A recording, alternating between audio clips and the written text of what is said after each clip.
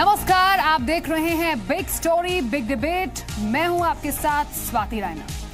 क्या आपने इस बात पर गौर किया है कि जो पेट्रोल डीजल आप अपनी गाड़ी में भरवाते हैं, रोजाना उसके दाम कितने बढ़ रहे हैं?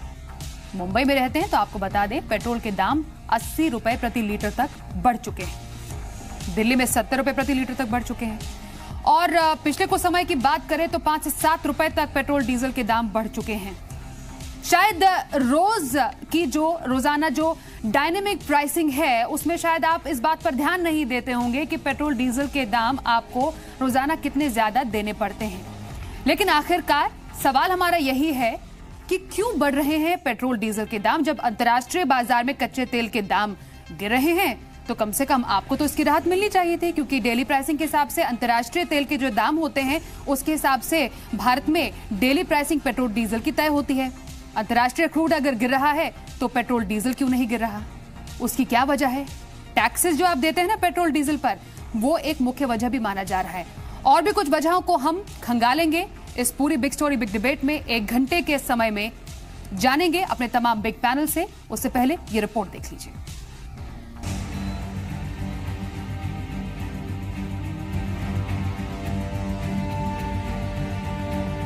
आम आदमी की परेशानी कम होने का नाम नहीं ले रही। अंतर्राष्ट्रीय बाजार में भले ही कच्चे तेल के दाम नीचे जा रहे हों, लेकिन देश में पेट्रोल डीजल की कीमतें आसमान पर हैं। तेल की कीमतों का आलम यह है कि ये फिलहाल 3 साल के उच्चतम स्तर पर पहुंच गई हैं। दरअसल डेली डायनेमिक प्राइसिंग 16 जून से लागू होने के बाद पहले तो तेल की कीमतें कुछ घटी, लेकिन उसके बाद लगातार बढ़ती चली गईं। मुंबई में तो पेट्रोल प्रति लीटर 80 रुपए तक जा पहुंचा है। लेकिन सरकार का कहना है कि पेट्रोल डीजल की डायनेमिक प्राइसिंग से भविष्य में फायदा ही होने वाला है। लंबे समय के लिए भारत के ग्राहकों के हित में डायनेमिक प्राइस मैकेनिज्म सबसे ट्रांसपेरेंट रीअश्योरिंग मेथोडोलॉजी है, और आने वाले दिनों में हमें लगता है कि थोड़ा प्राइस की इज आउट भी होगी और कंज्यूमर को फायदा मिलेगा। यानी पेट्रोल की कीमतें गिरने का इंतजार आम आदमी के लिए लंबा हो सकता है, क्योंकि पेट्रोल की कीमतों को लेकर सरकार का रोड मैप अब भी साफ नहीं है। सरकार इसे जीएसटी के तहत लाना चाहती है और दावा ये है कि ऐसा होने से कीमतों में गिरावट आ जाएगी। जीएसटी काउंसिल के सामने ये विषय को अपील किया था। भारत सरकार भी चाहती है जीएसटी में आ जाए। मुंबई और दिल्ली के अंदर एक बड़ा प्राइस की फर्क है। धीरे धीरे इसको अगर हम जीएसटी रिजिम पे ले आएंगे तो ये जो आप कह रहे हो कि भाई टैक्स प्रेडिक्टेबिलिटी रहेगी और टैक्स की एक यूनिफॉर्मिटी रहेगी और एक फॉर्मूला आधारित रहेगी, तो ये पिंचिंग नहीं होगी। डायनेमिक प्राइसिंग की आड़ में पेट्रोल डीजल की खुदरा कीमतें लगातार आसमान की ओर भाग रही हैं। दिल्ली में पेट्रोल का भाव 70 रुपए 38 पैसे प्रति लीटर पहुंच गया है, जबकि मुंबई में आज पेट्रोल का भाव 79 रुपए 48 पैसे प्रति लीटर है। कोलकाता में पेट्रोल की कीमत 73 रुपए 12 पैसे, चेन्नई में 72 रुपए 95 पैसे है। पेट्रोल डीजल की कीमतें 3 साल की ऊंचाई पर है। 16 जून से डेली प्राइसिंग लागू होने के बाद दिल्ली में पेट्रोल के दाम 7 रुपए 29 पैसे बढ़ चुके हैं। यानी जिन दावों के साथ सरकार ने डेली प्राइसिंग लागू की थी, वो फेल होते दिख रहे हैं और रोजाना पेट्रोल की कीमतों में आग लग रही है। तेल के बढ़ते दाम के पीछे दलील ये भी है, जैसा बीपीसीएल के सीएमडी डी राजकुमार मानते हैं।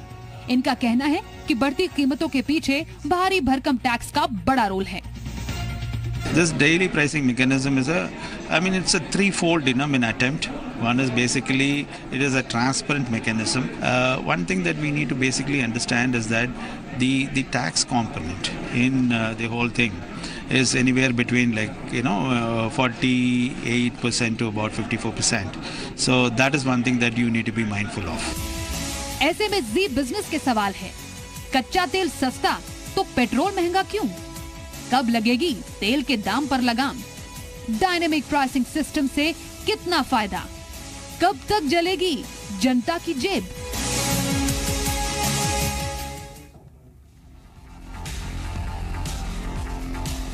तो आपके मन में भी यही सवाल होगा, कब तक जलेगी आपकी जेब? पेट्रोल डीजल के दाम बढ़ते जा रहे लगातार, और जवाब देने के लिए हमारे पास एक बड़ा पैनल भी है। आपको बताएं हमारे साथ कौन कौन है, इस पर हम परिचय आपको देंगे। लेकिन महंगे तेल का खेल क्या है, कैसे 2014 से अब तक, इस महीने की बात करें 2017 तक पेट्रोल डीजल के दाम बढ़े हैं और दिल्ली की कीमतें हम आपको दिखा रहे हैं। ये देखिए, कच्चा तेल मार्च 2014 में 106.85 डॉलर प्रति बैरल था। पेट्रोल की कीमत तब हुआ करती थी 71 रुपए 41 पैसे और डीजल के जो दाम हुआ करते थे वो होते थे 56 रुपए 71 पैसे। ये दिल्ली की कीमतें हम आपको बता रहे हैं। अब आइए सितंबर 2017, यही महीना है, ये देखिए आधा हो गया फर्क, 53.63 डॉलर प्रति बैरल है कच्चे तेल की कीमतें इस वक्त अंतर्राष्ट्रीय बाजार में। अब इस लिहाज से पेट्रोल डीजल की कीमतें और भी कम हो जानी चाहिए थी। कंपैरिजन देखिए, दिल्ली में आज पेट्रोल का दाम लगभग 70 रुपए 38 पैसे प्रति लीटर है और डीजल 58 रुपए 72 पैसे प्रति लीटर बिक रही है। यह आपकी समझ के लिए है, बताने के लिए कि आखिरकार अंतर्राष्ट्रीय तेल के दामों से पेट्रोल और डीजल के दाम कैसे जुड़े हुए हैं। अब महंगे तेल के खेल में यह समझना जरूरी हो जाता है कि पिछले 3 सालों में मार्च 2014 से सितंबर 2017 तक एक्साइज ड्यूटी और वैट में कितनी बढ़ोतरी हुई है। और ये जो आंकड़े हैं अपने आप में आपको समझा देंगे कि ये दाम लगातार क्यों बढ़ रहे हैं। मार्च 2014 में एक्साइज ड्यूटी 9.48 रुपए, वैट 12 रुपए 20 पैसे था। सितंबर 2017 में यह बढ़कर हो गया 21 रुपए 48 पैसे प्रति लीटर और वैट बढ़कर हो गया 14 रुपए 96 पैसे प्रति लीटर। दिल्ली के दामों की बात हम कर रहे हैं।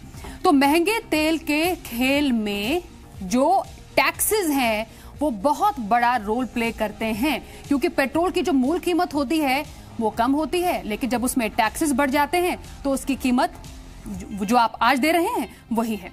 डायनेमिक प्राइसिंग जो कि 16 जून से लागू की गई थी, रोज पेट्रोल डीजल के दाम तय होते थे, क्या होती है इसके तहत रोजाना कीमतें पेट्रोल डीजल की तय होती है। 3 आधार पर यह कीमतें तय की जाती है, ये अब हम आपको समझाते हैं। एक तो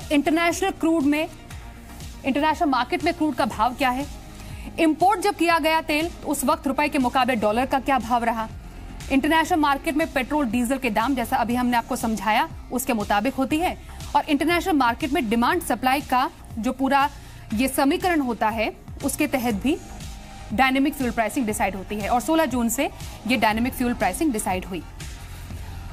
अब आपके मन में यही सवाल उठ रहा होगा कि जब अंतर्राष्ट्रीय क्रूड के दाम गिर रहे हैं लगातार, तो फिर आप पेट्रोल डीजल के लगातार बढ़ते हुए दाम क्यों दे रहे हैं। शुरुआत करते हैं बिग स्टोरी बिग डिबेट की। अब हमारे साथ तमाम मेहमान जुड़े हुए हैं। हमारे साथ आर एस शर्मा जी हैं, former chairman ONGC, SC Tripathi ji हैं, former petroleum secretary and former member planning commission.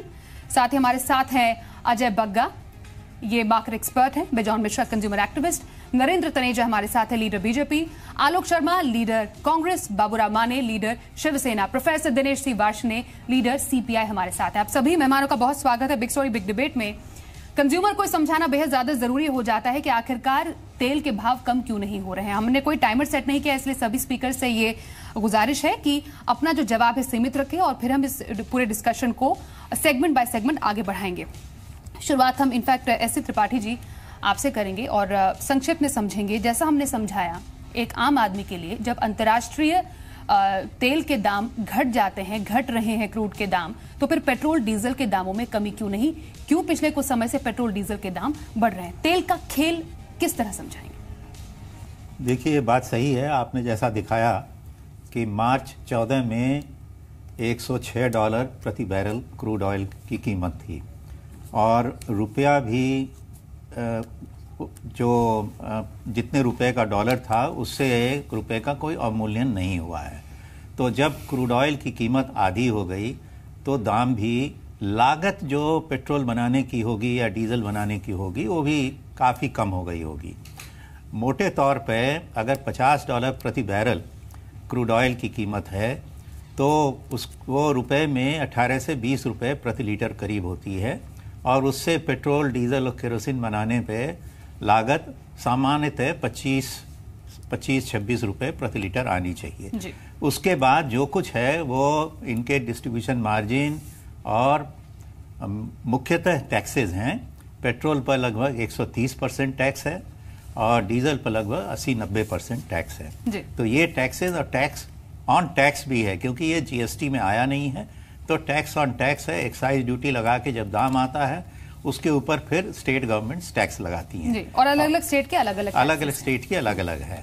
इसके साथ साथ जो डायनेमिक प्राइसिंग जो बताया जा रहा है उसमें कंज्यूमर को तो प्रतिदिन का हिसाब मालूम नहीं है। ऐसी आशंका लगती है कि जब दाम बढ़ते हैं तो बढ़ा दिया जाता है, जब घटते हैं तो शायद उतनी तेजी से घट नहीं रहा है, क्योंकि जून से लेके अब तक कोई क्रूड ऑयल की कीमत में कोई खास अंतर नहीं आया है। $50 प्लस माइनस $5 है। ये सही है कि कुछ पेट्रोल की कीमत में इंटरनेशनल मार्केट में कुछ वृद्धि हुई है, लेकिन वो भी इतनी नहीं है जितनी की बढ़ाई जा रही है, ऐसा अंदेशा है। Right sir. In fact R S Sharma ji, आपसे भी अब समझेंगे, जब पेट्रोल डीजल के दाम लगातार बढ़ रहे हैं, डेली डायनेमिक प्राइसिंग जो है, ऐसा अनुमान लगाया जा रहा था कि हाँ जो दाम है शायद उसमें आम आदमी को थोड़ा फायदा होगा, लेकिन सस्ते क्रूड का फायदा आम आदमी को होता हुआ नहीं दिख रहा है। देखिए कुछ ग्राफिक्स भी दिखा रहे हैं, मई 2014 से एक्साइज ड्यूटी में लगातार बढ़त हो रही है। और जिन टैक्सेस की हम बात करें, वेरी क्विकली सर हम आपको दर्शकों को भी बता दें कि दिल्ली में अगर आज 70 रुपए 38 पैसे का पेट्रोल बिकता है तो उसमें एक्साइज ड्यूटी 21 रुपए की, डीलर कमीशन 3 रुपए 24 पैसे का और वैट 14 रुपए 96 पैसे का। उन सबको ऐड कर दिया जाए 30 रुपए 70 पैसे जो डीलर को पेट्रोल मिलता है वो 70 रुपए 38 पैसे का हो जाता है। मतलब आधा जो दाम है वो टैक्सेस का ही है। तो डेली प्राइसिंग में जब लगातार ये दाम बढ़ रहे हैं तो टैक्स जो उसका पूरी प्रणाली है उस पर जो लगता है एक मुख्य वजह है।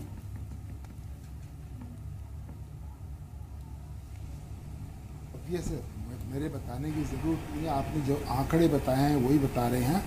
और देखिए बहुत अच्छा होता कंज्यूमर के हित में, इंडस्ट्री के हित में, अगर ये पेट्रोलियम प्रोडक्ट जीएसटी रेजीम के अंदर बीच में आ जाते।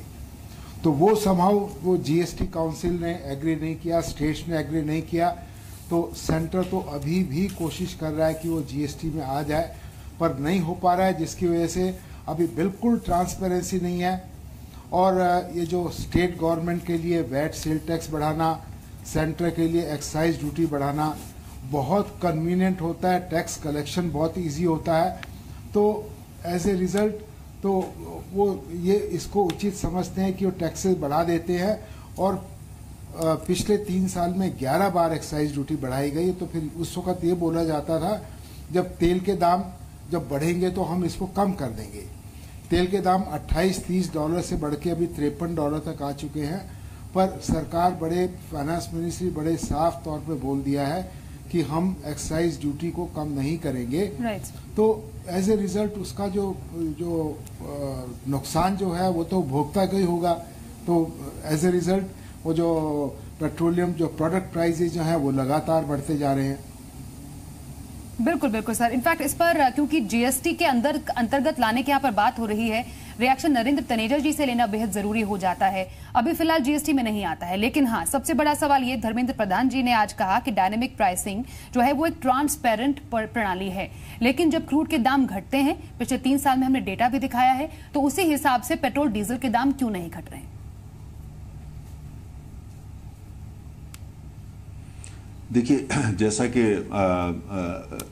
धर्मेंद्र प्रधान जी ने भी दोपहर को इस बात पे प्रेस कॉन्फ्रेंस करी थी, एक बात तो तय है कि भाई जिस हिसाब से हमारे यहाँ पूरा जो कंस्ट्रक्ट है, रचना है, जिससे कीमतें तय होती हैं, उसमें टैक्सेस का बर्डन ज़्यादा है, चाहे वो केंद्र सरकार की तरफ से हो, चाहे वो किसी भी पार्टी की यहाँ सरकार रही हो। आज हमारी है, कल कांग्रेस की थी, लेकिन कंस्ट्रक्ट तो यही था। और राज्य सरकारें जो कि वैट उस पर कलेक्ट करती हैं, जो एक्साइज होता है उसको कैलकुलेट करके उसके ऊपर वैट लगता है। और विभिन्न राज्य सरकारों का बहुत बड़ा जो रेवेन्यू का सोर्स है वो पेट्रोलियम प्रोडक्ट है। और ये आज का नहीं है, ये 50-60 साल से ऐसे ही व्यवस्था जो है चल के आ रही है। और दुनिया के तमाम देशों में इस तरह की व्यवस्था है। इवन इंग्लैंड जैसे धनी देश के अंदर सरकार जो है बहुत ज्यादा टैक्स इन्हीं से कलेक्ट करती है। अब यह है कि क्या टैक्स राशनलाइजेशन होना चाहिए? जवाब है हाँ। और टैक्स राशनलाइजेशन इस तरीके का होना चाहिए जो आधुनिक हो, पारदर्शी हो और कंपटीशन को जो बढ़ावा दे। अब उसके लिए बढ़ने का आपके पास क्या रास्ता है? उसके लिए बढ़ने का रास्ता यह है कि संविधान में हमारी सरकार ने, हमारी पार्टी ने आगे बढ़ के उस पर प्रोविजन कर दिया है, अमेंडमेंट कर दिया है कि भाई जो पेट्रोलियम प्रोडक्ट है वो जीएसटी में आ जाने चाहिए। दोबारा संसद जाने की जरूरत नहीं है, बन चुका है। और केंद्र सरकार ने बार बार कहा, आज भी पेट्रोलियम मिनिस्टर ने कहा भी हम चाहते हैं जीएसटी में आ जाए। अब क्योंकि इसके अलावा जो उपभोक्ता के हित में है, जो उपभोक्ता चाहता, और कोई रास्ता है नहीं।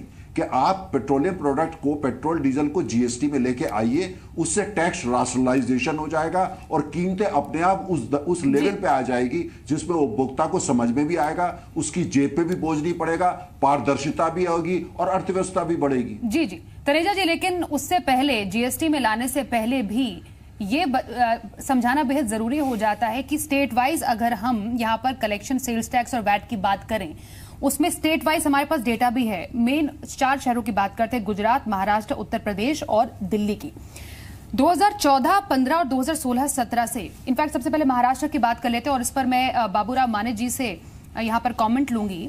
2014-15 में 19,795 कुल टैक्स पेट्रोलियम प्रोडक्ट पर लगा, जो कि बढ़कर सेल्स टैक्स और वैट के द्वारा वो बढ़कर 23,160 रुपए हो गया है। आप भी वहां पर साथ में सरकार चलाते हैं, आखिरकार महाराष्ट्र में इतना ज्यादा टैक्स क्यों है पेट्रोल डीजल पर? और सबसे ज्यादा मार यहां पर महाराष्ट्र, मुंबई वासियों को ही हो रही है। 80 रुपए प्रति लीटर तक पेट्रोल के दाम बढ़ चुके हैं वहां पर। देखो, सरकार में अगर हम हैं, हम सरकार चलाने भी हमारा हिस्सा है, लेकिन अभी इस तरह का जो कदम, ये पेट्रोल के भाव बढ़ाने का जो कदम सरकार ने उठाया है, उसके खिलाफ में हम लोग हैं। इसका कारण यह है कि अगर इस तरह का निर्णय होता है, सेंट्रल गवर्नमेंट के पेट्रोलियम मिनिस्टर इस तरह का निर्णय करते हैं, पेट्रोल का भाव बढ़ता है तो 10 रुपया 15 रुपया बढ़ता है, और कटौती करने के समय 1 रुपया 30 पैसा 50 पैसा या 2 रुपया ज्यादा से ज्यादा कट होगा। यानी जो बढ़ा हुआ भाव है वो कंटिन्यू चालू ही रहता है। दूसरा मुद्दा यह है, अंतरराष्ट्रीय बाजार में अगर पेट्रोल का और तेल का पूरा जो भाव है वो घट रहा है, ऐसी अवस्था में अपने देश में उसका भाव बढ़ रहा है। इसका मतलब अंतरराष्ट्रीय बाजार में अपने रुपया की कीमत है वो कम हो रही है। तो अपने रुपया की कीमत कैसे बढ़ेगी, उस विषय में किस तरह से सोचा जा रहा है? सर, टैक्सेस पे, टैक्सेस जो इतने ज्यादा महाराष्ट्र में है, आखिरकार उसकी वजह से भी पेट्रोल डीजल के दाम बढ़ रहे हैं ना महाराष्ट्र में। आपकी भी वहां पर सरकार है, इस पर तो कुछ काम किया जाना चाहिए ना। टैक्सेस पर टैक्सेस जब एक जनता दे रही है, एक आम आदमी दे रहा है, तो उसको तो परेशानी हो रही है। सबसे ज्यादा मुंबई वासी परेशान है इससे। देखिए, इस विषय में जो अभी शीतकालीन जो अधिवेशन हुआ, अभी जो उस विषय में भी हमारे शिवसेना पार्टी के एमएलए लोगों ने पेट्रोल के विषय में भी बहुत बड़ा हंगामा सदन में किया है, और उस हंगामा करके पेट्रोल का भाव कम होना चाहिए, जी ठीक है, टैक्स कम होना चाहिए। उस विषय में हम लोगों ने, हमारे सारे एमएलए ने विधानसभा में बहुत बड़ा हंगामा किया। पूरे मामले में सरकार से आपका मतभेद है? हम सरकार में है, लेकिन इस पूरे मामले में मतभेद है आपका सरकार से।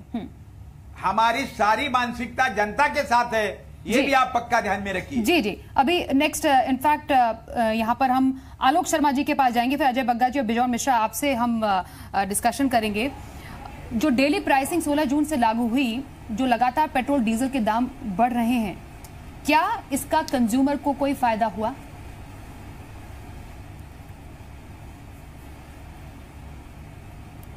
देखिए, मैं समझता हूं कि कंज्यूमर्स को बिल्कुल फायदा हुआ। कंज्यूमर्स की कमर तोड़ दी, बगैर पैसे के, बगैर दवाई के, बगैर इलाज के। पूरी तरह से जिस तरह से आतंकवाद फैलाया हुआ है, आर्थिक आतंकवाद, सरकार ने 11 नहीं 13 बार एक्साइज ड्यूटी बढ़ी है। आप देखिए, टैक्स जो है वो लगभग 50% हो गए हैं। आज अगर मई 2014 के आंकड़े ने आपने मार्च के दिखाए हैं, मई 2014 में $110 प्रति बैरल का रेट था, आज 52 है। अगर आज के रेट लें तो 37 रुपए आज जो है वो पेट्रोल होना चाहिए और 28 रुपए डीजल होना चाहिए। तो कंज्यूमर को तो कितना फायदा हो ही रहा है। मोदी जी की सरकार कड़वी दवा और कड़वी दवा पिलाए चले जा रही है, तो मरीज ठीक तो होगा ही ना थोड़े दिन के बाद। किसान कितनी अच्छी सेहत में आ गया है कि आज जो 28 रुपए डीजल होना चाहिए था वो 56 रुपए है, तो फायदा नहीं हुआ क्या? मोदी जी ने कड़वी दवाई पिलाई है, शायद ठीक होगा। 18 करोड़ हमारे यहाँ पर गैस के उपभोक्ता हैं, 75 रुपए उनके ऊपर बढ़ा दिया, तो ये भी क्या उपभोक्ताओं को फायदा नहीं है? बिजोन मिश्रा साहब भी और डिटेल में बताएंगे कितने फायदे किए हैं। देखिए, मैं समझता हूं कि आज 80 रुपए बेचकर पेट्रोल का प्राइस अगर वहां पर बॉम्बे में रख रहे हैं तो उसके अंदर आप देखिए 9 रुपए का सूखा सेस लगाया हुआ है जो मार्च में लगाया था। लेकिन आज बरसात भी अच्छी हो गई, सूखा भी खत्म हो गया, बरसात भी चली गई, नवरात्रे भी आ गए और वो मोदी साहब वहां पर पूरा जो है मस्जिद में भी घूमा है, लेकिन उसके बावजूद वो सेस चालू है। अरे भाई, सेस को क्यों नहीं हटा रहे? ये जो है ये पूरी कांग्रेस की दिक्कत है, ये सारा पंडित नेहरू का किया धरा है। पंडित नेहरू की वजह से सारे टॉपिक से डाइवर्ट नहीं होंगे, कोई जिम्मेदारी थोड़ी ना है। टॉपिक से डाइवर्ट नहीं होंगे हम। हिमाचल प्रदेश, पंजाब, ठीक है आलोक जी, आपने अपना पॉइंट रखा, ठीक है, आपने अपना पॉइंट रखा आलोक जी। देखिए, यहाँ पर समझाना जरूरी है, हिमाचल प्रदेश, पंजाब के भी हम जरा आंकड़े बता दें। यहाँ पर भी अगर हम स्टेट वाइज पेट्रोल डीजल पर, पेट्रोल प्रोडक्ट्स पर सेल्स टैक्स और वैट के अगर बढ़ोतरी की बात करें, वो भी 234 रुपए से 3 साल में बढ़कर 317 रुपए हिमाचल प्रदेश में, पंजाब में बढ़कर 4179 बढ़कर 5833 रुपए हो गया है। तो यहाँ पर जो राज्य पेट्रोलियम प्रोडक्ट से टैक्स से कमाई करते हैं उसमें कोई भी राज्य पीछे नहीं है, चाहे वो कांग्रेस शासित राज्य हो या फिर बीजेपी शासित राज्य हो। इसलिए ये समझना यहाँ पर जरूरी है कि इसमें क्या कर सकते हैं। ठीक है आलोक जी, आपने अपनी बात कही है। राजस्थान से, ठीक है, छत्तीसगढ़ से, बॉम्बे से, महाराष्ट्र से, उत्तर प्रदेश से, कांग्रेस शासित राज्यों में पूरा खाका अपने दर्शकों को दिखा रहे हैं कि कौन से राज्यों में वैट और सेल्स टैक्स और पेट्रोलियम प्रोडक्ट्स में राज्यों की कितनी कमाई हुई है। जिससे पहले हम अजय बग्गा के पास जाए, very quickly, bison Mishra ji, consumer का सवाल है। ठीक है आलोक जी, ठीक है आलोक जी, अजय यहाँ पर अजय बग्गा जी के पास जाए, लेकिन very quickly bison Mishra ji, यहाँ पर क्योंकि कंज्यूमर का सवाल है। डेली प्राइसिंग हुई 16 जून से, लेकिन अब तक 5 से 7 रुपए पेट्रोलियम प्रोडक्ट जो पेट्रोल डीजल है वो दाम लगातार बढ़ते जा रहे हैं और शायद कोई फायदा इससे होता हुआ नजर नहीं आ रहा। क्या रीजन इसके पीछे आप देखते हैं? यू सी, जो मेन रीजन है, जब तक आप यदि मार्केट ड्रिवन फोर्सेस को लेकर यदि आप काम करोगे, एक अच्छा रेगुलेटर जो न्यूट्रल है वो लाना अनिवार्य है।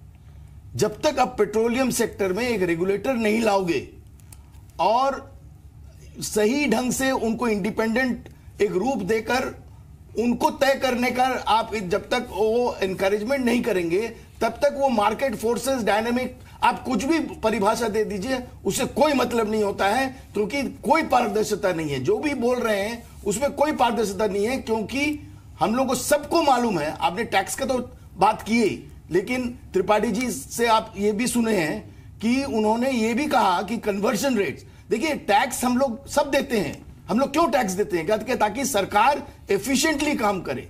लेकिन टैक्स आप लेकर इनएफिशिएंटली काम करेंगे और टैक्स पे टैक्स बढ़ाते रहेंगे और अपने को लीन नहीं करेंगे, अपने को एफिशिएंट नहीं करेंगे और टैक्सेशन स्ट्रक्चर को आप नीचे नहीं लाकर रैशनलाइज नहीं करेंगे। आप जीएसटी पे थोप दियो उसको। क्यों आप जीएसटी पे थोप दियो? क्योंकि आपको मालूम है कि स्टेट गवर्नमेंट्स आपको साथ देगा, क्योंकि आपको मालूम है कि यही एक जरिया है जहां से आप पैसा इकट्ठा कर सकते हैं कई रूप से, क्योंकि यहां कोई रेगुलेटर नहीं है, कोई आपको माप तोल नहीं है, कोई आपको रोक टोक नहीं है। तो जब तक आप पारदर्शिता नहीं लाओगे, आम कंज्यूमर को जब तक आप समझाओगे नहीं सारी चीजों को खुलकर, ठीक है, और हर समय आप एक ही डिफेंस में बोलते रहोगे कि हाँ होना चाहिए होना चाहिए। अरे होना चाहिए कब होना चाहिए? कब से करेंगे आप? ये तो दीजिए ना, आप एक आंकड़ा तो दीजिए। लेकिन धर्मेंद्र प्रधान जी कह रहे हैं कि पूरी जो डेली प्राइसिंग है 2022 में भी है वो ट्रांसपेरेंट एक सिस्टम है जिसको इंट्रोड्यूस किया गया है। बट वेरी यहाँ पर अब अजय बग्गा जी आपके ऑब्जर्वेशन इसमें क्या है as market expert? Also crude का भाव जैसा हमने दिखाया भी जिस तरह से गिरा है, लेकिन पेट्रोल डीजल के भाव बढ़े हैं, क्या इसका रीजन देखते हैं? स्वाति, रीजन तो बहुत क्लियर है। आपने भी जैसे बताया कि पिछले साल इकोनॉमिक सर्वे ने भी बोला था कि अगर प्राइस घटी तेल की तो 65% सरकार ने जेब में रख लिया था टैक्स के तौर पे, 35% उसको ग्राहक को पास ऑन किया था। इस साल आते आते जो 50% प्राइस कट हुआ है इंटरनेशनल प्राइसेस में, वो उसमें से 100% अब सरकार के जेब में चला गया है। तो यही कारण है कि आज ये डिस्कशन हो रहा है। इसके पीछे अब ये देखना है, मैं आपको 2 एग्जाम्पल देता हूं। एक देश है नॉर्वे, जो कि ओवरऑल सरप्लस है, ऑयल प्रोड्यूसिंग देश है। वो हमारे से डबल कीमत पे तेल बेचता है। उसके कारण अब उसके पास $1 ट्रिलियन हो गए हैं अपने सॉवरेन फंड में, जिससे वो सब, गरीबी तो है नहीं उस देश में, सब मुफ्त हो गया है, इलाज सब कुछ। दूसरा देश है वेनेजुएला, जो भी तेल में सरप्लस है, उसने कहा मैं 1 सेंट पे बेचता हूं, तो 60 पैसे प्रति लीटर बेचने लगे। आज वो देश बैंकरप्ट हो गया है। तो हमें ये देखना है 2014 में जब ये सरकार आई, कारपेट के नीचे कितना छोड़ के गए थे चिदम्बरम साहब सब्सिडीज के तौर पे, क्या बदहाली थी इन कंपनीज की, ऑयल मार्केटिंग कंपनीज की। और आज 3 साल के बाद आप देखिए 0 सब्सिडी हो गया है। RS शर्मा बैठे हुए हमारे वरिष्ठ हैं, ONGC का देखिए सब्सिडी बर्डन हट गया है। दूसरी बात, आप डेट इक्विटी देखिए नहीं है। तीसरा, आप बोल रहे हैं मर्जर करके बड़ी कंपनियां बनाएंगी।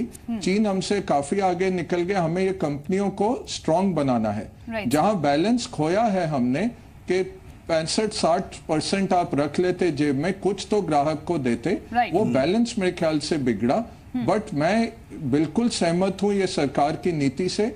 आपका टैक्स GDP रेशियो इतना बिगड़ा हुआ है, ये कोई पॉलिटिशियन समझते नहीं है कि हमारे पास कोई आय नहीं है सरकार के पास। टैक्स GDP इतना खराब है, कहीं से आपको टैक्स आता नहीं है। ये एक आसान तरीका है, क्लीन मैकेनिज्म है टैक्स लगाने का। और हम ओवरऑल इंपोर्टिंग देश हैं, जितना कम हमारा तेल लगे उतना ही अच्छा है। बट ये जो हो गया है, ये थोड़ा बैलेंस खराब हुआ, इन्फ्लेशन इससे बढ़ रहा है, तेल में कटौती होनी चाहिए। बिल्कुल सर। नरेंद्र तनेजा जी क्या जवाब देंगे इस पर? बहुत इंपॉर्टेंट पॉइंट्स अजय बग्गा जी ने यहाँ पर रेज किए। देखिए मैं राजनीतिक भाषण नहीं दूंगा, मैं ठोस जो चीजें हैं उसके बारे में बात करूंगा। देखिए 82% जो देश तेल आयात करता हो और उसमें सरकार की बड़ी भूमिका होती हो, क्योंकि सरकार की बिना भूमिका के आप इतना आयात नहीं कर सकते हैं, तो उसमें अब जो सरकार की भूमिका तो कहीं ना कहीं रहेगी उसके अंदर, उसको आप नकार नहीं सकते हैं। अच्छा, डायनेमिक प्राइसिंग सक्सेसफुल है। आज भी धर्मेंद्र जी ने भी ये बात कही कि जो टेक्सास में रिफाइनरी बंद हुई है उससे पेट्रोल की कीमत ऊपर गई है, जिसका जो इंडिया में भी रिफ्लेक्ट कर रही है और पूरी दुनिया की जो कीमतें उस पर रिफ्लेक्ट कर रही हैं। जहां तक बात हुई कि भाई LPG, कितने लोगों के पास LPG था पहले 2014 तक, और आज देखिए कितने लोगों के पास LPG है। यही सरकार कर रही है, जो पैसा आ रहा है उसी से ये सारा काम किया जा रहा है। रिन्यूएबल एनर्जी, भारत कहीं दिखता नहीं था 2014 में, 3 साल में रिन्यूएबल का है। नतीजा क्या है कि हमारी इंपोर्ट डिपेंडेंस आने वाले समय में और कम हो जाएगी आयातित तेल के ऊपर, और ये जो तेल के सब्जेक्ट पे हमें बहस करनी पड़ती है, आने वाले समय में धीरे धीरे ये कम होती जाएंगी, क्योंकि जो वैकल्पिक ऊर्जा, खास सौर ऊर्जा, वो व्यापक रोल भूमिका एक अदा करेगी। एक आखिरी पॉइंट मैं आपको कहना चाहूंगा, और वो जरूरी है कि ये बात हकीकत है कि 2013 और 14 जब हमारी सरकार आई, इन कंपनियों की हालत क्या थी। वो कंपनियां जिन पे जिम्मेदारी है हर उपभोक्ता को पूरे देश में तेल दें, वो कंपनियां बीमार थी, ICU में थी। आप फैक्ट उठा के देख लीजिए, आज उन कंपनियों का स्वास्थ्य क्या है। ये काम सरकार ने किया है। हम एक काम नहीं कर सकते, वो ये कि आकर के गुमराह किसी को करें या जहां पे जरूरत नहीं है उस पे जो है राजनीतिक भाषण दें। हम वो काम कर रहे हैं जो देश का आम उपभोक्ता समझ रहा है, नागरिक समझ रहा है। यहाँ पर क्योंकि हम फैक्ट्स पर आज बात कर रहे हैं, आपने पॉइंट्स इंपॉर्टेंट पॉइंट्स उसको किसी ने क्रिटिसाइज करना है, वो उसका विकल्प। ऑल राइट सर, क्योंकि हमारे पास जो पैनल है काफी ज्यादा वाइड है और डाइवर्स पैनल है, और हर किसी के पॉइंट्स यहाँ पर इस पूरे डिस्कशन में शामिल करना जरूरी है। प्रोफेसर दिनेश सिंह वार्ष्णेय ने इनफैक्ट अपने व्यू पॉइंट्स यहाँ पर शेयर नहीं किए हैं। एज ए लीडर CPI विपक्ष में है आप, और आपके भी कुछ पॉइंट्स होंगे। डेली प्राइसिंग जब लागू हुआ है और पहले अब तक जितने भी पॉइंट्स हैं, आपकी क्या ऑब्जर्वेशन है इस पर? देखिए स्वाति, मैं सबसे पहले देश की जनता को आपके माध्यम से ये बताना चाहता हूँ कि एक बैरल में कितने लीटर क्रूड ऑयल होता है। 159 लीटर। कई देशों में इसमें से बहुत ज़्यादा एक्सट्रैक्शन होता है, वो आपकी क्वालिटी ऑफ रिफाइनरीज और टेक्नोलॉजी पर डिपेंड करता है। हमारे देश में एक बैरल क्रूड ऑयल से 73 litre petrol, 36 litre diesel, 20 litre jet fuel, 6 litre propane निकाला जाता है, या LPG निकाली जाती है, वो अलग रेशो आती है। आप इस सबकी कॉस्ट लगा लीजिए, हम कितनी पे कर रही है आम जनता।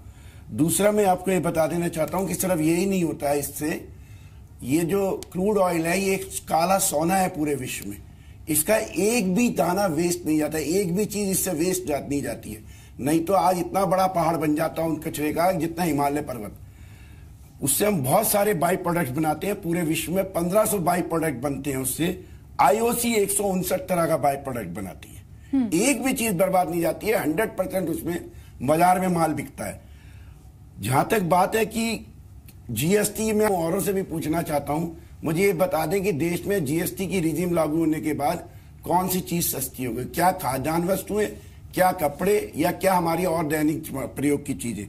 तीसरी बात मैं ये जानना चाहता हूं और ये बताना चाहता हूं कि मनमोहन सिंह की सरकार ने पेट्रोल को डीरेगुलेट किया और इस सरकार ने आके डीजल को भी डीरेगुलेट कर दिया। जी सर। 3 सरकारी कंपनियों के अलावा 2 बहुत बड़े कारपोरेट घराने से भी इसको फायदा हो रहा है और दोनों के दोनों कारपोरेट घराने बीजेपी के सबसे बड़े फंडर हैं। वो इस देश के सबसे बड़े फंडर हैं बीजेपी के। इसलिए ये कह देना कि साहब नहीं हमने जनता के फायदे में किया, बिल्कुल नहीं।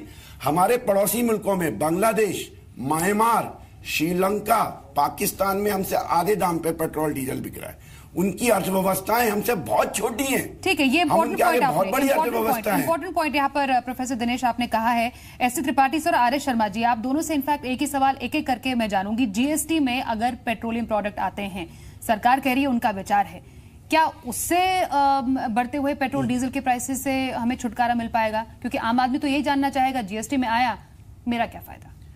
देखिए, ऐसा है, जीएसटी में आने से थोड़ा तो लाभ होगा, क्योंकि अभी जैसा बताया गया, इस पेट्रोल और डीजल का दाम लागत के बाद, distribution margin, dealer commission, transport charges सब मिलाने के बाद, एक्साइज ड्यूटी लगाने के बाद एक दाम तय होता है। उस पर वैट लगता है, तो टैक्स ऑन टैक्स है। वो टैक्स ऑन टैक्स जो होगा वो नहीं होगा तो कुछ तो असर होगा, लेकिन वो असर करीब 5 रुपए का हो सकता है, 6 रुपए का हो सकता है, 4-5 रुपए, इतना ही का होगा। मेन चीज ये है कि 2.5 लाख से 3 लाख करोड़ रुपए केंद्र सरकार पेट्रोलियम प्रोडक्ट्स पर एक्साइज ड्यूटी से ले रही है। राज्य सरकारें 1.5 लाख करोड़ रुपए ले रही हैं। ये 5-6 कंपनियों से इतनी आसानी से पैसा ले रही हैं, उसको ये छोड़ना नहीं चाहती हैं। इनको जीएसटी के बाद अपने बास्केट को डाइवर्सिफाई करना चाहिए। और ये कहना कि यूरोप में चूंकि टैक्स ज्यादा है और दर ज्यादा है, हम भी करें। यूरोप में पर कैपिटा कंजम्पशन जो है हमसे 5 गुना 8 गुना ज्यादा है। उनको ज्यादा कंजम्पशन करने की जरूरत नहीं है। हमारे यहाँ per capita consumption world average का 1/3 है।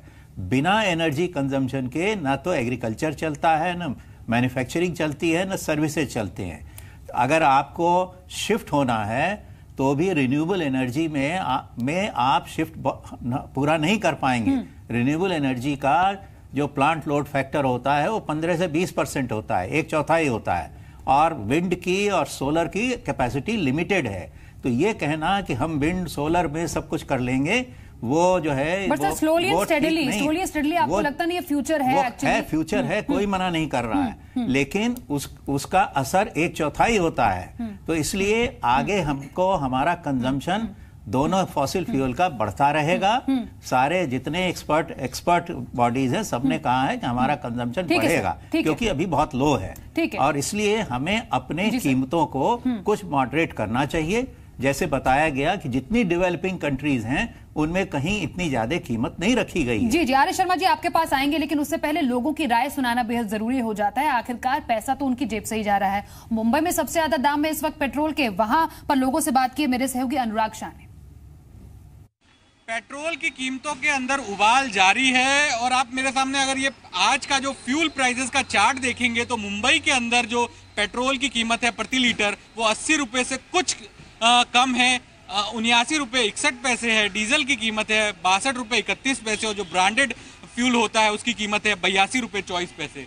तो इसी को समझने के लिए मैं इस समय मुंबई के वर्ली इलाके के एक पेट्रोल पंप पे हूँ। यहाँ पर कुछ लोग हैं जो पेट्रोल भराने के आए हुए हैं। आप जब अपनी इस स्कूटर में पेट्रोल भराते हैं तो क्या सही में पता चलता है कि पेट्रोल महंगा हुआ? क्योंकि आप तो जब पेट्रोल भराते होंगे 100 रुपये 200 रुपये 500 रुपये, तो रुपये तो उतने ही देने हैं।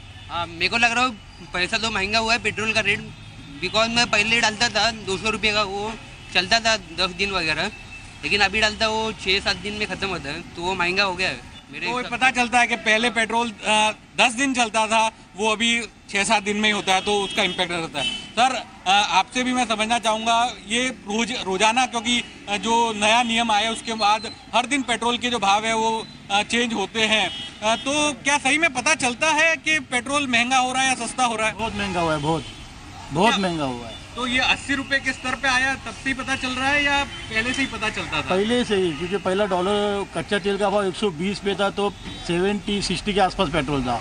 अभी 60 के आसपास डॉलर का भाव, फिर भी इतना महंगा है। मतलब आप कह रहे हैं कि क्रूड पहले के मुकाबले कम भी हुआ है लेकिन पेट्रोल का भाव बढ़ा हुआ है। अच्छा, तो ये कहीं ना कहीं आपके मन में बात रहती है, मालूम पड़ा जेब को। लोगों की क्या राय है ये सुन ली, लेकिन पेट्रोलियम मंत्री धर्मेंद्र प्रधान जी की भी राय सुन लीजिए। उन्होंने कहा बढ़ती कीमतों को उन्होंने इनफैक्ट जस्टिफाई किया है। धर्मेंद्र प्रधान जी ने कहा कि सरकार को पीने के पानी, स्कूल और वेलफेयर से जुड़ी स्कीम में जो पैसा राज्य सरकारों को देना पड़ता, उसका पैसा तो इसी तरह आता है। सुनिए। भारत सरकार की जो ओब्लिगेशन है, पीने की पानी, स्वच्छता, खाद्य सुरक्षा, रोड इंफ्रास्ट्रक्चर, रेल इंफ्रास्ट्रक्चर, ये सारे हेल्थ केयर सिस्टम, ये सारे में खर्चा करने के लिए आखिर राज्य सरकार को पैसा देना है। राज्य सरकार के अपने बजट है, भारत सरकार की भी जिम्मेदारी है। वेलफेयर स्कीम को चालू रखने के लिए इस कर व्यवस्था को हमने ट्रांसपेरेंटली लोगों के सामने रखा है। यानी सरकार भारी भरकम एक्साइज ड्यूटी को डिफेंड करे। आर्य शर्मा जी, क्योंकि आपको जाना है इसलिए आपसे फाइनल कमेंट्स हम लेना चाहेंगे इस पूरे डिस्कशन पे। तो मतलब अब आने वाले टाइम में आर्य शर्मा सर, चलिए आर्य शर्मा जी को क्योंकि कहीं पर जाना था इसलिए वो हमारे साथ अब इस डिस्कशन में शामिल नहीं है, बट वेरी क्विकली आपने सुना, यहाँ पर बिजॉन आपने भी सुना, और उसके बाद हम इनफैक्ट प्रोफेसर वार्ष्णेय के पास जाएंगे। मतलब सरकार कह रही है कि हाँ, क्योंकि हमें एक्चुअली कुछ कॉस्ट निकालने हैं, इसलिए जो वहन है वो जनता ही करेगी। एक नहीं, हम तो ऑलवेज ये भी कहते हैं ना कि एक्चुअली सरकार का तो जिम्मेदारी है स्वच्छ पीने का पानी दिलाने का, स्वास्थ्य का चिकित्सा दिलाने का। ये तो आगे पहले से ही सरकार कर रहे हैं। जब तक आप एफिशिएंसी नहीं लाओगे, एक परफॉर्मेंस रेटिंग नहीं लाओगे, हम ये कहना चाह रहे हैं, आम जनता ये जानना चाह रहे हैं। आप सुने भी बयान है जो कॉमन लोगों का, कि उनको भी मालूम है कि कच्चा तेल का भाव गिर गया फिर भी नहीं गिर रहा है, तो उनके अंदर में एक मिसट्रस्ट आ गया है। जब तक आप वो मिसट्रस्ट को नहीं क्लैरिफाई करेंगे, एक क्लैरिटी नहीं लाएंगे, एक थर्ड पार्टी के थ्रू से नहीं कहलवाएंगे, आप खुद ही अपने को डिफेंड कर रहे हो। इसका क्या मतलब हुआ? तो आपको डिफेंड यदि करना है तो आप एक एक्सपर्ट से पूछिए कि कहां पर कमी है और कहां पर आपको एफिशिएंसी लाना है। एज अ कंज्यूमर हम लोग ऑलवेज ये चाहते हैं कि गवर्नेंस, जैसे मोदी साहब ऑलवेज कहते हैं, you see governance is the key factor. Governance में आप यदि एफिशिएंसी नहीं लाओगे और टैक्स पे टैक्स आप लेते रहोगे और एफिशिएंसी पे ध्यान नहीं दोगे, तो नेचुरली लोग आपको साथ नहीं देगा और इसका विरोध जरूर होगा। और हम बता रहे हैं कि लोग आप रियली बहुत चिंतित है कि आपने प्रॉमिस करके भी आप कीमत नहीं घटा पा रहे हो, और अभी आप ये शेल्टर ले रहे हो कि जीएसटी पे चले आएंगे तो हम रैशनलाइज हो जाएंगे और कुछ फर्क हो जाएगा। वो कुछ फर्क से हमको कोई मतलब नहीं है। हमको चाहिए रियलिस्टिक प्राइसिंग। हमको कम या बेसी हमको नहीं समझना है। एज ए कंज्यूमर हम चाहते हैं कि जो सही कीमत है वो आप हमसे लीजिए और उसका सही उपयोग कीजिए। जो भी टैक्सेशन आप ले रहे हो उसका सही दिखाइए कि कहां पर खर्चा हो रहा है। ठीक है जी सर, आगे बढ़ेंगे। डॉक्टर वार्ष्णेय यहाँ पर कुछ करें, प्रोफेसर वार्ष्णेय, उसके बाद तनेजा जी, आलोक शर्मा जी आपके पास। स्वाति जी, मैं ये बता देना चाहता हूँ, अभी माननीय पेट्रोलियम मंत्री धर्मेंद्र प्रधान जी ने कहा सब हम पे पानी की लायबिलिटी है, शिक्षा की लायबिलिटी है, रेलवे की है, ये सब पहले भी थी। और मैं ये आपको बता देना चाहता हूँ कि शिक्षा पे तो सरकार ने दिन प्रतिदिन बजट घटा रखा है। आधा कर दिया यूजीसी का बजट, आधे से भी कम हो गया है। सरकारी शिक्षा का जो सरकारी विश्वविद्यालयों का पैसा है उसको बजट कट कर दिया है। और क्या भला कर दिया, आप सबके सामने है कि डीए जो दिया है केंद्र सरकार के कर्मचारियों को 1% दिया है। 1%, कुल 1%। आज तक ऐसा नहीं हुआ।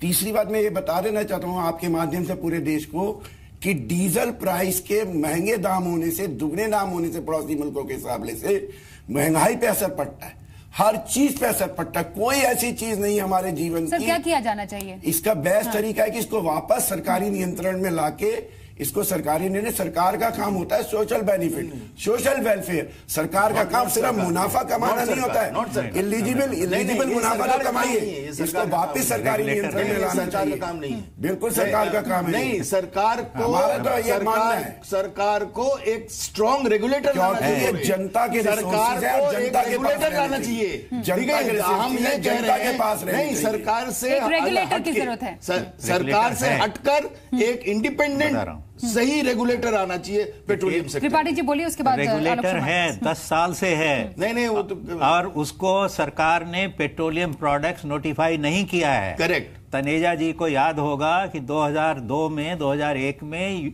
जब NDA 1 की सरकार थी तभी बिल लाया गया था, वो पास नहीं हो पाया। 2006 में पास हुआ और बीजेपी ने पूरा सपोर्ट किया था। रेगुलेटर है, लेकिन रेगुलेटर को पेट्रोलियम प्रोडक्ट्स नोटिफाई नहीं किया गया। जो रेगुलेटर है त्रिपाठी जी, आप मानेंगे, जो रेगुलेटर है उनको इंडिपेंडेंटली काम करने नहीं दिया जा रहा है। एक तो रेगुलेटर देखे कि प्रॉफिटेरिंग नहीं हो रहा है, एफिशिएंसीज को बढ़ावे, और दूसरे GST के अंदर लाया जाए, और अगर जरूरत पड़े तो थोड़ा टैक्सेस को मॉडरेट किया जाए। आपको बता दें, रेगुलेटर बिजली के मामले में बिजली के दाम कम हो गए, पानी के दाम कम हो गए, रेगुलेटर वहां भी है। आलोक शर्मा जी, क्या वे आउट है इसका? क्या सोल्यूशन निकल सकता है इसका? देखिए, बहुत हुई महंगाई की बार, अब की बार उनकी सरकार, तो सरकार जिनकी आई है वो थोड़ा सोचें, और बिजन मिश्रा साहब थोड़ा बीजेपी को भी सलाह दें। यहाँ बैठकर पूरा उपभोक्ताओं की तरफ से सलाह दे रहे हैं। सर, आप सोल्यूशन बता दीजिए ना। हम पूछ रहे हैं कि भाई स्वच्छ पानी, और मैं धर्मेंद्र प्रधान जी की बात से पूरी तरह से सहमत हूँ कि स्वच्छ पानी चाहिए, सड़क चाहिए, वो रेल की जो पटरियां टूट गई हैं वो भी तो जोड़नी है, ऑक्सीजन की सप्लाई भी करनी है, बच्चे मर रहे हैं, तो सभी के लिए पैसे चाहिए। अब पैसे कहाँ से आएंगे?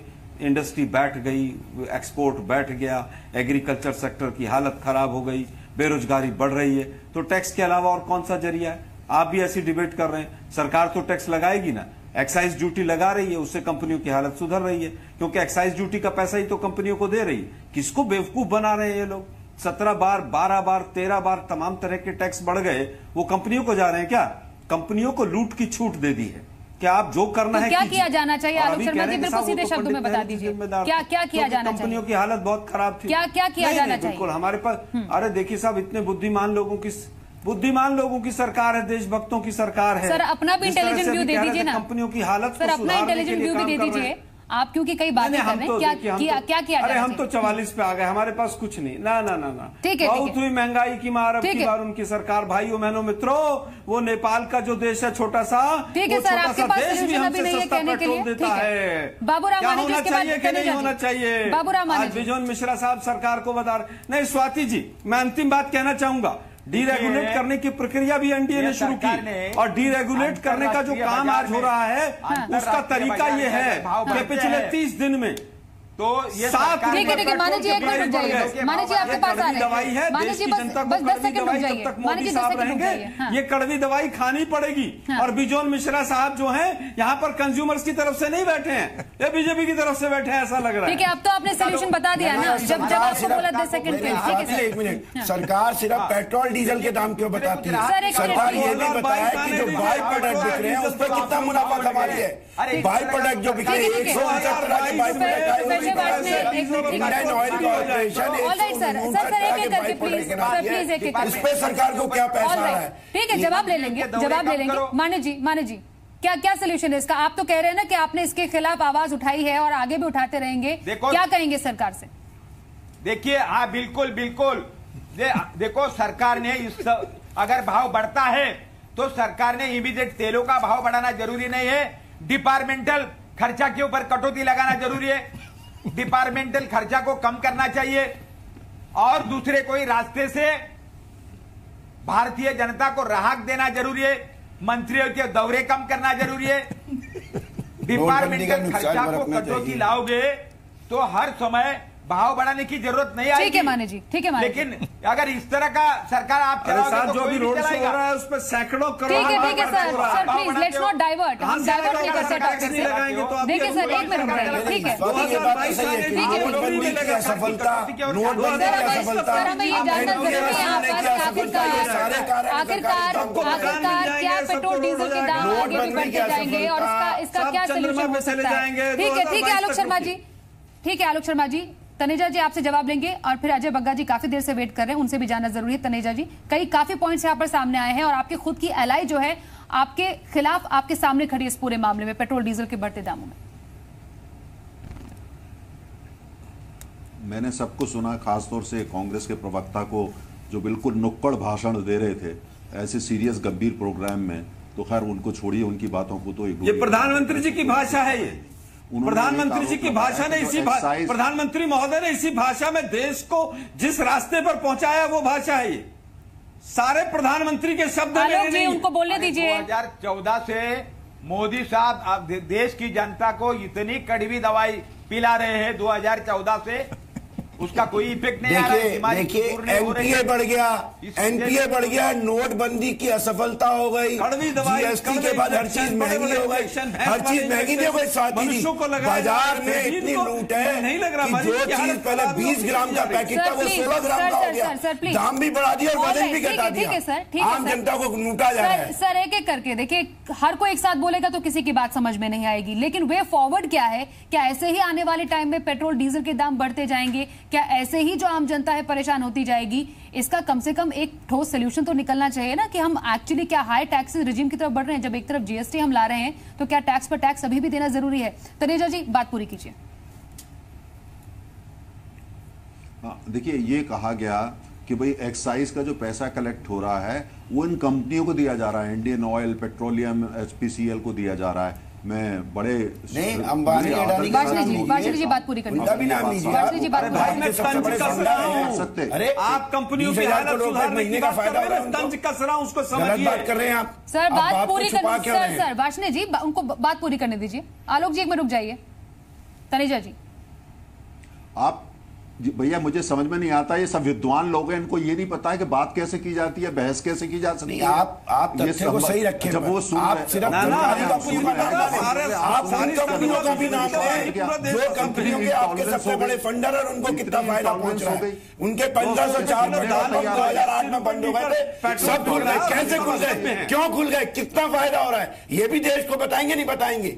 आपकी गलत बात को कोई यहाँ बैठा कैसा मान लेगा? तनेजा जी एक्साइज ड्यूटी लगा के 10 लाख करोड़ आलोक शर्मा जी अब उनको बात पूरी करने दीजिए। सरकार ने सर ऐसे डिबेट पूरी ऐसे ही निकल जाएगी और सारे बाकी सब जो ठीक है। आलोक शर्मा जी आपने पॉइंट रख लिया, आपने पॉइंट रख लिया, ठीक है आलोक शर्मा जी, ठीक है ठीक है। अजय बग्गा जी भी वेट करे तब से। तनेजा जी अच्छा देखिए, और दूसरी बात ये रही, दूसरा ये है कि हमको ये देखना, ये सब ठीक है बोल रहे हैं, हमको ये देखना पड़ेगा और आज उसी पे सरकार काम कर रही है कि किस तरीके से जो प्राइसेस हैं, और ये 10 दिन में प्राइसेस ठीक हो जाएंगी जब रिफाइनरी जो टेक्सास में बंद हो गई जिससे कीमतें ऊपर गई हैं, ये रिफाइनरी चालू होंगी, कीमतें पेट्रोल की कम आ जाएंगी 10 दिन के अंदर। जो मंत्री ने भी आज कहा, पूरा इंडस्ट्री इस बात को आज कह रही है और मैं इंडस्ट्री के बारे में काफी जानता हूं और राजनीतिक जमाने से जानता हूं। दूसरी ये वाली बात है कि हमको टैक्स राशनलाइजेशन करना है। अगर जीएसटी के अलावा टैक्स राशनलाइजेशन का और कोई तरीका होता है, 42% जो एक्साइज का कलेक्शन होता है तो राज्यों को जाता है, उसमें कांग्रेस की भी है, उसमें टीएमसी की भी है, सब राज्य सरकारें शामिल हैं। देखिए एक बात होती है, या तो यह है कि हम बिना तैयारी के, बिना सोचे समझे भाषण दें, एक होता है तो तथ्यों पे बात करें। तथ्यों पे बात हो तो उस पर हम और तथ्यों से ही सोल्यूशन निकलेगा। अगर यहां आकर के भी मात्र राजनीतिक भाषण नुक्कड़ के देने बहस होती है, मैं तो उस पर खामोश बता देता हूं। $60 प्रति बैरल आप ला रहे हैं और आपको पर बैरल बाई प्रोडक्ट मिला के 70 करोड़ से बैठता है, वो आप लगाइए उसको और रेगुलेटर को भी लगाइए, सिर्फ उनको मत लगाइए। हिमालय का पहाड़ खड़ा हो जाता है उसके कचरे से, अब तक काला सोना है। पेट्रोलियम प्रोडक्ट्स पे रेगुलेटर कब आएगा? अरे आपने वो 4 दफे बोल दिया, यहाँ कोई अनपढ़ नहीं बैठे, हमको भी पता है। आप क्यों नहीं बोल रहे उस बात को? आप क्यों नहीं बोल रहे तनेजा जी? को भी पता है। आप क्यों नहीं इस बात को बोल रहे? आप ही को मैं इसलिए बार-बार बोल रहा हूं कि आप शास्त्री आपको नहीं पता, इस बात को बोलिए, आपको नहीं पता, बताइए आपको नहीं पता। स्वास्थ्य पे कौन सा पैसा खर्च किया? आपको बताता हूं, स्वास्थ्य पे आपने नहीं बैठे ऑर्डर ढूंढ लिया, वो बताएंगे आप वसूल नहीं पा रहे, उसी पे भाषण सरकारी बैंकों की हालत, सरकारी विश्वविद्यालयों की हालत पूरी कर रखी है, प्राइवेट स्कूलों की हालत पूरी कर रखी है। दिन आ गए हैं, ठीक है। आप अपने मुद्दे पे आइए ना, लेकिन मुद्दे नहीं है, ये अर्थव्यवस्था से कोई सामाजिक मुद्दा अर्थव्यवस्था ये कौन सा अर्थशास्त्र कर रहे हो जिंदगी और यही करेंगे। कोई सामाजिक मुद्दा कोई नहीं पूछता आपको, कांग्रेस में भी इसीलिए आपको तंज कर आता है। अजय बग्गा जी की बात आएंगे, ठीक है तनेजा जी। आलोक शर्मा जी गंभीर बहस करना सीखिए, कद बढ़ेगा पार्टी में। अजय बग्गा जी जैसा कि सामने निकल के आ रहा है, आपको लगता है कि जीएसटी में आने से, ठीक है तनेजा जी आपने बात बना दिया बहस। ऑल राइट सर तनेजा जी, ठीक है। जीएसटी में आने से पेट्रोल डीजल क्या दामों में लगाम लग पाएगी, आपका इस पर व्यू क्या है? देखिए, जीएसटी को टाइम लगेगा इम्पैक्ट आने में, क्योंकि अनऑर्गेनाइज से ऑर्गेनाइज्ड सेक्टर बढ़ेगा और इनपुट क्रेडिट लेने के लिए सबको फाइल करना पड़ेगा। तो अर्ली जो दिख रहे हैं सिग्नल्स, उससे तो लग रहा है कि जीएसटी पॉजिटिव रहेगा, बट टाइम लगेगा, 1 से 2 साल लगता है। जो सबसे अहम बात है स्वाति, जो इस सब बहस में घूम रही है, कि देश को 15 लाख करोड़ का टैक्स आता है, इनडायरेक्ट और डायरेक्ट। 21 लाख करोड़ हमारा खर्चा है साल का। 6 लाख करोड़ हम हर साल बोरो कर रहे हैं अपने आने वाली पीढ़ियों से। जो देश 15 लाख कमाता है, 21 लाख करोड़ खर्चता है। उस सब में अब ये तेल से हमें अगर 2.5 लाख करोड़ मिल रहा है और हम आयात करते हैं तेल, 82% हमारा आ रहा है। ओएनजीसी के शर्मा जी बैठे थे, हम वो उत्पादन नहीं बढ़ा पाए।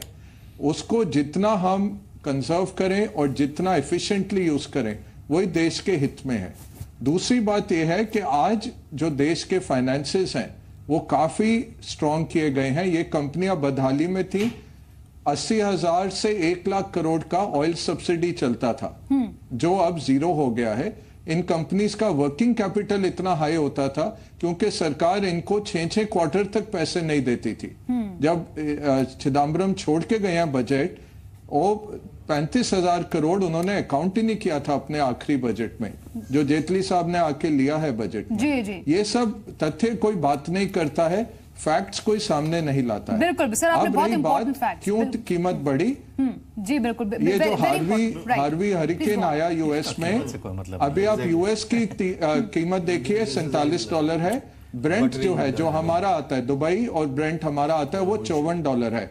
नॉर्मली ये $2 का फर्क होता है दोनों में, अब $60 चला हुआ है। उसी के कारण ये कीमत बढ़ी है।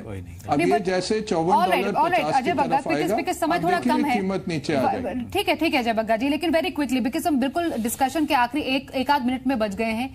आगे आने वाले समय में ई व्हीकल्स को बढ़ावा देने की बात की जा रही है। चाइना में हमने देखा पेट्रोल डीजल जो है गाड़ियों को पूरी तरह बैन करने की बात की जा रही है। उस पर टैक्स लगातार बढ़ रहा है। हायर टैक्स मतलब क्लीनर फ्यूल की तरफ इशारा जाता है, और आने वाले टाइम में ये आपको लगता है इसको हम प्रमोट कर सकते हैं? वेरी क्विकली इसी त्रिपाठी जी। देखिए, ई व्हीकल्स को प्रमोट करने की आवश्यकता है, लेकिन बहुत समय लगेगा। पहले हमारे पास बिजली तो हो। अभी तो हम दिल्ली के आसपास नोएडा और गुड़गांव तक में तो बिजली देते नहीं है। 4-4 घंटे बिजली नहीं आती है, 20 बार बिजली जाती है।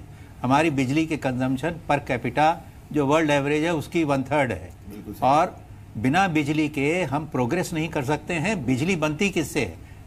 बिजली बनती है फॉसिल फ्यूल से ही ज़्यादातर बनती है, और कोल और ये जो आपके ट्रांसपोर्ट फ्यूल्स हैं और गैस है, इन्हीं से ज़्यादा बिजली बनती है। कितना भी हम कम करेंगे, हम न्यूक्लियर बना नहीं पा रहे हैं। रिन्यूएबल्स में हम बहुत ज़्यादा आगे जा नहीं सकते हैं, लिमिटेशन है।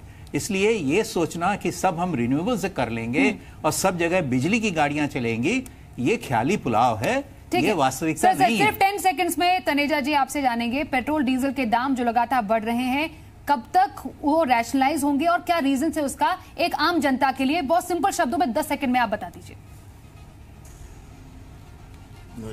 देखिए, मुझे लगता है कि जो प्राइसेस हैं पेट्रोल और डीजल की, आने वाले समय में वो राशनलाइज होंगी। टैक्स का जो पूरा आर्किटेक्चर है उसको रिविजिट करना पड़ेगा, और उसका एकमात्र रास्ता जीएसटी है। और दूसरा में एक इंपॉर्टेंट बात, भारी भारी शब्द मत बताइए, जनता नहीं समझती है। ये बताइए प्राइस कम होंगे। अपना स्थान है। डिस्कशन के लास्ट एंड में हम ये जनता के लिए जानना चाहते हैं, बता दीजिए 2022 तक पंडित जी ने मुहूर्त निकाला है कि नहीं निकाला, ये तो बता दीजिए। लंबे समय तक रहने। ठीक है, आने वाले टाइम में कुछ समय में आप भाषण बंद करिए, नुक्कड़ भाषण करते हैं सर। ठीक है, करना पड़ेगा सर, प्लीज। एडिशनल कमेंट से इस पूरे डिस्कशन में कोई वैल्यू ऐड नहीं हो रहा है। थैंक यू सो मच सभी गेस्ट का हमारे साथ जुड़ने के लिए, क्योंकि ये बात इसलिए सामने उठती है। पेट्रोल डीजल के दाम पिछले 3 साल में लगातार बढ़ते जा रहे हैं। पेट्रोलियम मिनिस्टर धर्मेंद्र प्रधान कह रहे हैं कि जो इनफैक्ट डिफेंड करते हैं इस पूरे टैक्स जो लग रहा है पेट्रोल डीजल पर, कि राज्य सरकारों को देना पड़ता है, उसी तरह से पैसा आता है। लेकिन आम जनता ये जानना चाहती है कि दाम कब कम होंगे। रैशनलाइजेशन होगा, जीएसटी में आने से होगा, किस तरीके से होगा? आखिर का पैसा तो आपकी जेब से ही जा रहा है ना। लेकिन सरकार कहती है कि एक ट्रांसपेरेंट सिस्टम है और जल्द इसका समाधान निकालेंगे। समाधान कैसा निकलता है जी बिजनेस पर सबसे पहले हम आपको दिखाएंगे और इसी पैनल के साथ डिस्कशन भी इस पर होगा।